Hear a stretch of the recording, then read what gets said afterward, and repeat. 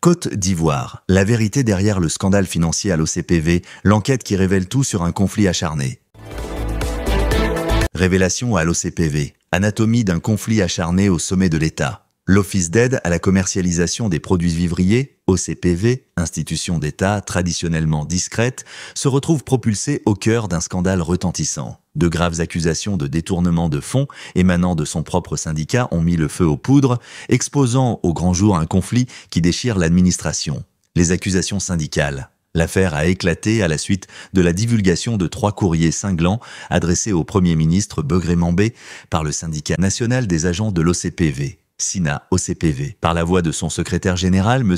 Amani Konan, le syndicat dénonce un soupçon de détournement portant sur la somme colossale d'environ 736 millions de francs CFA visant directement le directeur général de l'OCPV, Adou Bernard. Le signal d'alarme syndical repose sur 3 principaux griefs financiers. La prime exceptionnelle d'incitation, 183 millions de francs CFA. Le SINA-OCPV soupçonne un détournement après que seulement 63 millions de francs CFA aient été versés à la mutuelle MUFA-OCPV en 2 tranches de 30 et 1,5 million, alors que la prime destinée aux agents était censée s'élever à 183 millions de francs CFA. Le dépôt de fonds sur la mutuelle, 243 millions de francs CFA. Le syndicat s'insurge contre un dépôt de 243 millions de francs CFA sur le compte de la MUFA-OCPV. De surcroît, il dénonce l'éviction de la présidente de la mutuelle, Madame Konan Estelle, après son refus présumé de céder une partie de ses fonds. Les ponctions sur accessoires de salaire, plus de 310 millions de francs CFA. En dernier lieu, le DG est accusé d'imposer des conditions arbitraires au paiement des accessoires de salaire, engendrant un préjudice cumulé estimé à 310 millions de francs CFA. Le SINA-OCPV, insistant sur l'impératif d'une enquête impartiale, a dramatisé la situation en évoquant le cas tragique de l'agent diabétique Yao Kwasi, dont les accessoires de salaire auraient été amputés malgré sa situation médicale, illustrant, selon eux, la gravité éthique des décisions contestées. La réplique du DG. Un démenti formel et question de performance. En face, le directeur général, M. Adou Bernard, a opposé une riposte catégorique. Qualifiant sans détour les accusations de diffamation, il a mis au défi quiconque d'apporter la moindre preuve de détournement. Sa défense repose sur la légalité et la bonne gouvernance. Légalité et contrôle. Il affirme que l'intégralité des opérations financières respecte l'arrêté interministériel numéro 030 du 23 juin 2020 et est soumise au contrôle rigoureux des organes compétents. Prime de 183 millions de francs CFA. Le DG a balayé cette allégation, insistant sur le fait que cette prime n'a jamais existé et n'est qu'une rumeur. Conditionnalité de la prime d'incitation, il a expliqué que la prime d'incitation, à distinguer de l'indemnité spécifique, est strictement conditionnée par des critères de performance, ponctualité, assiduité, efficacité, fixés par la décision numéro 001 de l'OCPV. Ces mesures, en parfaite adéquation avec les exigences du ministère du Budget et que la pratique administrative courante, justifient les ponctions comme la conséquence du non-respect des critères et non comme un détournement. Soutien à la mutuelle.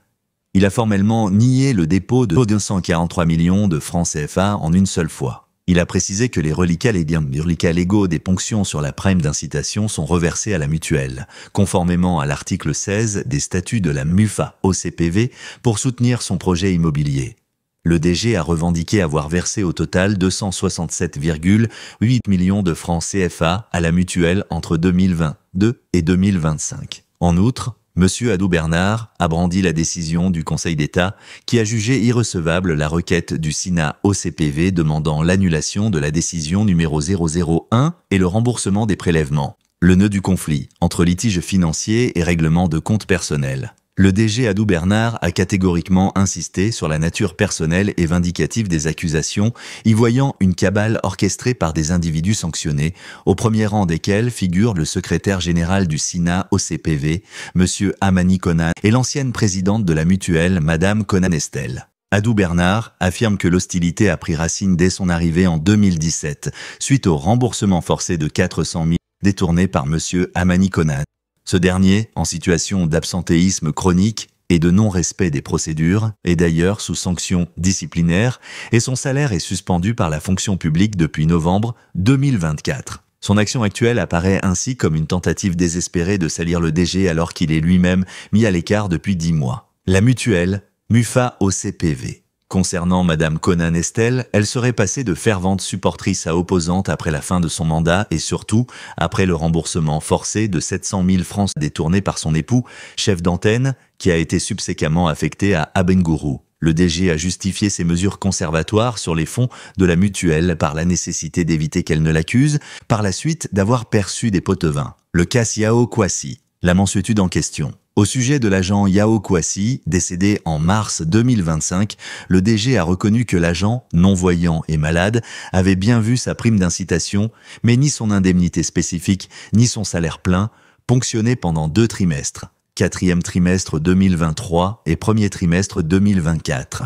Il a justifié cette décision par la nécessité de réaménagement budgétaire et le fait que M. Kouassi n'était plus en service. Il a cependant souligné avoir agi par mansuétude en maintenant le salaire plein, une procédure plus favorable que le congé de maladie officiel du Conseil de santé, qui aurait réduit son salaire de moitié. Épilogue. Égalité, bilan et cabale politique. En conclusion, le directeur général Adou Bernard réaffirme avec vigueur la légalité de toutes ces actions et le caractère purement diffamatoire des accusations. Il attribue cette agitation à un désir de déstabilisation orchestré par des individus sanctionnés en pleine période sensible d'élection présidentielle. Le DG a tenu à mettre en lumière son bilan élogieux depuis 2017. Fort de l'augmentation des effectifs, de 163 à 272 agents.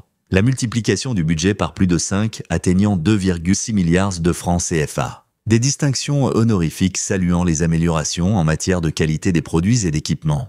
Fort de ces éléments, l'on peut dire sans se tromper que le directeur général Adou ne saurait être tenu responsable des malheurs du secrétaire général du SINA OCPV, ni être l'auteur d'un prétendu détournement de 736 millions de francs CFA. Le DG de l'OCPV semble bien plutôt être la victime d'une cabale de communication méticuleusement montée pour ternir son image. Le directeur général Adou Bernard a annoncé qu'il allait engager des poursuites judiciaires pour diffamation tout en se déclarant disponible pour toute enquête. Il exhorte enfin les autorités à garantir la stabilité institutionnelle de l'OCPV.